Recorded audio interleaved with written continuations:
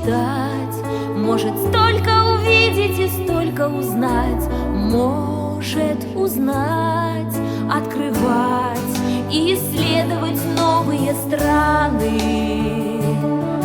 переплыть на дельфине моря, океаны.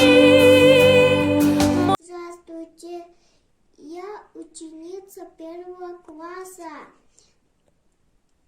Тутяхун Васумая. Я люблю читать сказки. Люблю сказки про красную шапочку, 3 поросенка, золотая рыбка, золотой гребешок, Мишка-воришка. Я расскажу про Мишку-воришку.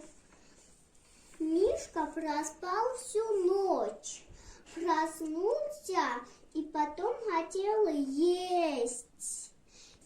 Мишки любят мед. И учуял запах меда и залез в улью в дом пчелок. И пчелки собирают мед в улью. Мишка учуял запах меда и хотел есть мед. Когда он забрался, дождались пчелки. Напали на Мишку. Мишка заплакал и закрыл морду лапой, и потом заплакал. И сказали пчелки: ах ты, воришка, больше не будешь воровать чужой мед.